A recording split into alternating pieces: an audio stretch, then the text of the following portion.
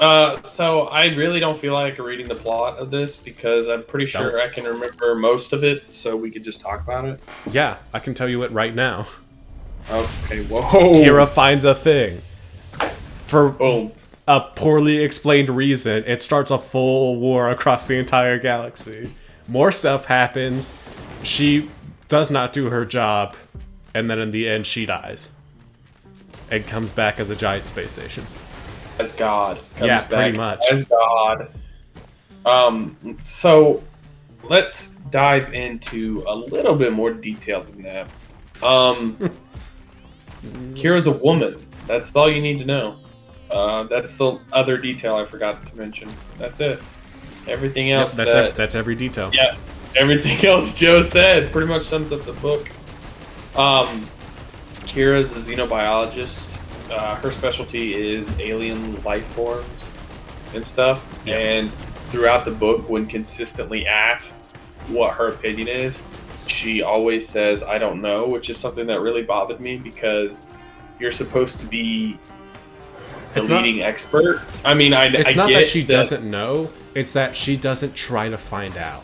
Right, you're supposed to be the leading Yeah. expert on aliens. So instead of just saying I don't know, give your best guess. You're the expert here. Do that, or, do some science. Figure Well- something out.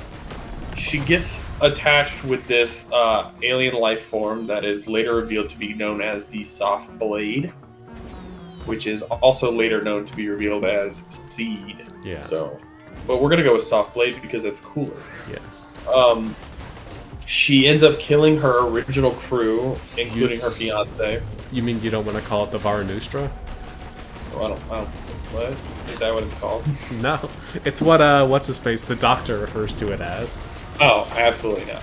There's a weapon in, I believe, Hindu mythology. I probably got that wrong. But the Varanustra is just a weapon that's made solely out of water, and thus it can take the shape of whatever the bearer needs it to do. So a soft blade. Yeah, that's why he names the soft blade after it. So she ends up killing her original crew, including her fiance. Was it Alan? Yes. Is that his name? Yeah, Alan. Alan. Thank God. Thank God. We didn't have to hear her say Alan the whole time. No, we still did. I know, but she ends up killing her fiance. Trauma. She hooks up with this ship called the Wallfish, and she's supposed to go tell what are they the Rebel Alliance? What is the Galactic Empire? What? Whatever.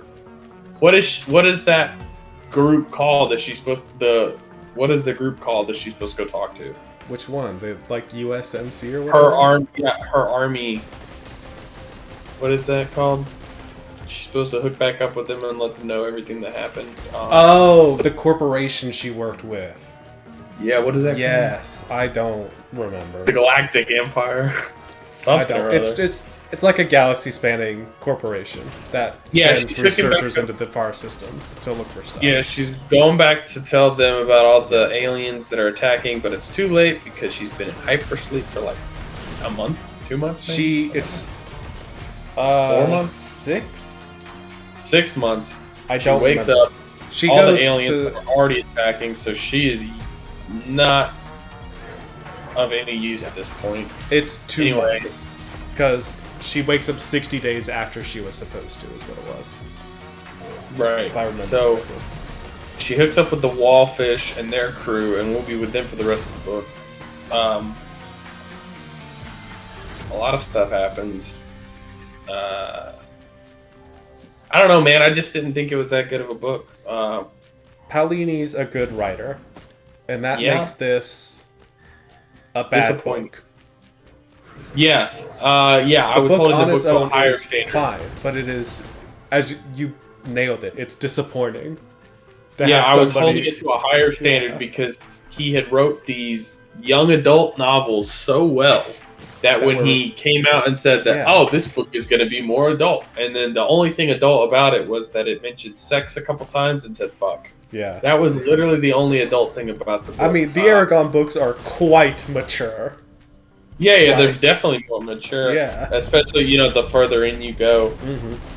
So, but I mean, I don't know. I guess he was more descriptive at some points. I mean, not really, because he was super descriptive in Yeah.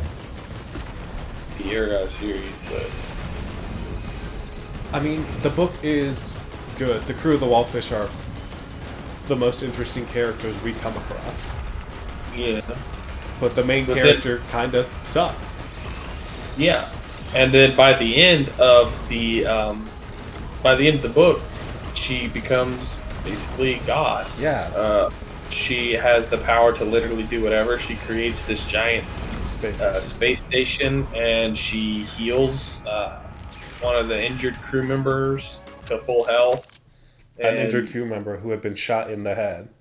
Yeah, And brings him literally. back I don't 100%. think like no one died. No one Nope. important. Well, no. I still haven't been able to figure out if What's-His-Face dies. I definitely don't think he dies. He gets his head cut off. I'm pretty sure he died. But you know what? In this book, that's not a guarantee.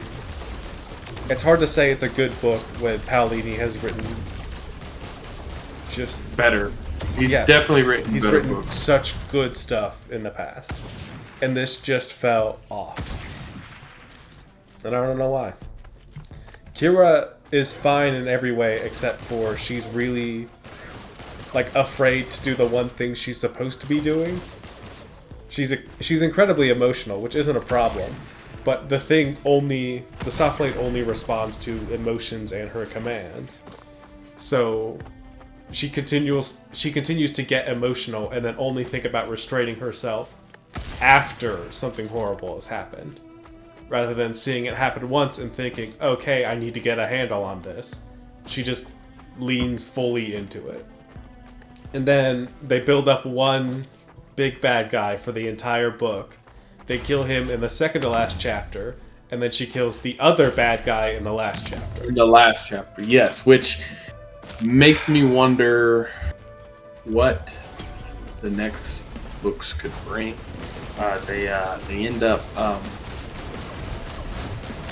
They end up announcing that the bad guy that she killed in the last chapter had copies of it made, which was weird to me, because that bad guy is kind of like There's two bad mindless guys. killing machines. They're supposed to just Yeah, it's a being that was described as being solely pain and hatred that sought to consume the entire universe and named itself the Maw, and then somehow had the clarity to make copies of itself and send them to different locations that wouldn't be affected by her universal shutdown code. The Great and Mighty Katane was a good boss fight. I don't know why he did that with the Maw, though. I don't know. The Moth seems like they definitely should have been introduced at least in the second book or something. I mean, Definitely they could not. hint to it the whole time and it would be fine. But to face and kill the Maw in the span of 4 pages is weird to me. It feels like what's it called? It feels like Avengers Endgame to me. You know what I mean? How so? I mean that in order to set up whatever comes next, he had to twist himself into 8 different positions and make a bunch of decisions that didn't seem logical just to bring about whatever he had planned for next. There's no... Iron Man didn't have to do the snap. Anybody else could have done it and lived. But he did it, and he died. Because they were done with Iron Man. They didn't have to kill the Maw. There was no reason for them to face it in this book. No, But there he wasn't. had plans to go to the rest of the galaxy. So he just went ahead and dealt with it. Yeah. It just feels... It feels like he had a point he knew he wanted to get to, but didn't know how to get there, and just took as many shortcuts as possible at the end. He only had to take one shortcut, but that shortcut was a serious flaw in the book. Yes, it is. It was like he felt like they didn't do enough in the book, so he added something else. And the Maw all seemed very last minute rushed. Yeah. Also, and I feel like it would have been better if everybody blames Kira for what happened, and Kira blames herself, and nobody is like, hey, it wasn't your fault that you caused an explosion which brought two disparate beings together in the space with also a small piece of the soft blade. And then they got so pissed and upset that they created a giant space-eating monster. That is clearly her fault, and if she hadn't caused the explosion, none of that would have happened. So everything afterwards, she's just basically a big war criminal. yeah. Because it's all her fault. And nobody argues with her and says, hey, that's not true. Like, this could have happened to literally anybody in this situation. There was nothing you could have done to stop that. Yeah, I know. I don't feel like looking for it, but I swear he didn't die. If I knew the chapter... Well, I remember him dying because she was talking about how got his head cut off. He died. Yeah, and how Virus Vera was acting different, but I swear they brought him back at the end. I swear, because I remember her asking, she's like, I wonder if I could put his head back on his body. Yeah, she I remember does her wonder it, but I don't believe she doesn't. No, well, I know, maybe not. She ends up But sending even Ben then- back to the wall. And then Joris isn't that important to the story. No. Neither was freaking the kid. Neither. Joris or Vera. Well, that kid either. Oh, Trig? Yeah, because he got taken out pretty. Trig was well, 6. not early, but like. The point of having Trig was that he could shoot a 16-year-old in the head and call it drama. Like, yeah, but then he's gone for the whole rest of the book, and then at the very end he comes back. yeah, he gets shot in the head, and they're like, "Oh, it's fine. We'll just put him in cryo until we get him to a proper hospital." Like, and then Kira perfectly heals him. Yeah, I don't know. It just there's no stakes there. If you could just put him in cryo, there's no stakes. He could wait for 100 years. That's what. There's no stakes in the book really. And then at one point, I think Kira gets her body ripped in half, and the soft blade puts it back together. After I read that, I was like, "Oh, there's no way she's gonna die in this book," which I already knew. But now I'm just like, "Oh, now there's not even a moment where she could possibly die." She loses an arm, and then the soft blade creates a new one for her. Yeah.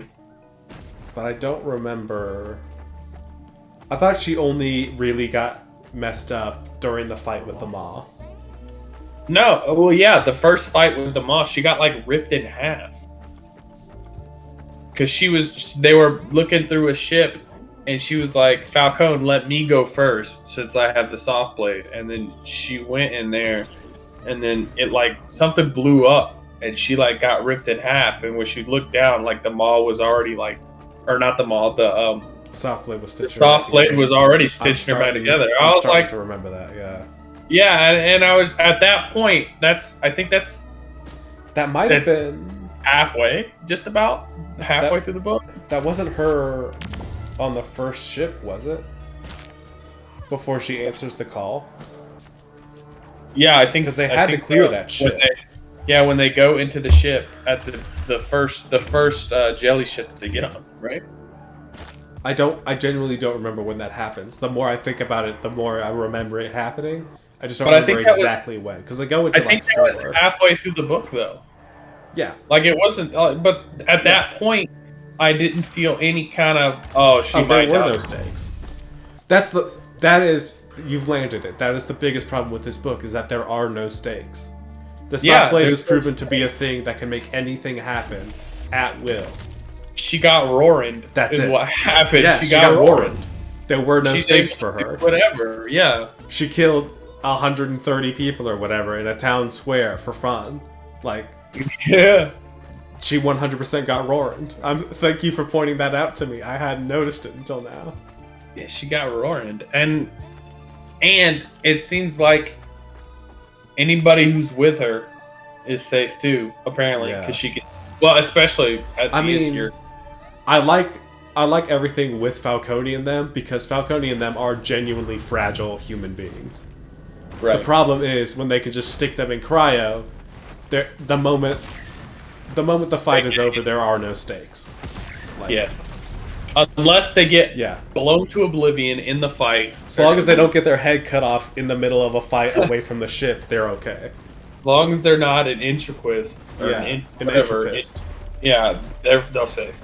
But at the end of the book, Kira goes off on her own to go kill the rest of the Maw, and the Wallfish go on their own. And Christopher Paolini has hinted that in when he releases the sequel to Sleep in a Sea of Stars, that they will both be in it. So I'm thinking we'll probably get a chapter of Kira and then a chapter of the Wallfish, kind of like he did Eldift. Yeah. But the first book that's coming out here is actually going to be Fractal Noise, which is a prequel to. Yeah. So which I'll definitely read because Oh, 100%. because it's going to be lore building basically, which will be really good. So Like nothing against Paolini. This just wasn't a hit. no, well, I hope Fractal Noises is better. I really do. But this just wasn't. what I really 100%. hope is he just knocks it out of the park, and when he finishes this story, like he did the Inheritance cycle, when he finishes the story, I hope that it all fits in a perfect puzzle piece, and that we're just. This is what I hope. I don't see how, but I hope that we're just too focused on this as one book instead of a series. I really hope this is the hope that he eldest can of this pump- series. Yeah, I hope he can pull it around Yeah. and like make it all fit together. I don't see how, but I'm not the writer. Yeah. Maybe he can do it. I have faith he can do it because He he's did done it good with before. the Inheritance cycle, so there's a chance he could pull it around. But as of right now, it's tough. Murtag coming up. I'm excited. Yeah. I'm We'll be excited. reviewing that 4 months after it's no longer popular. Yeah. But yeah, that was Sleep in a Sea of Stars.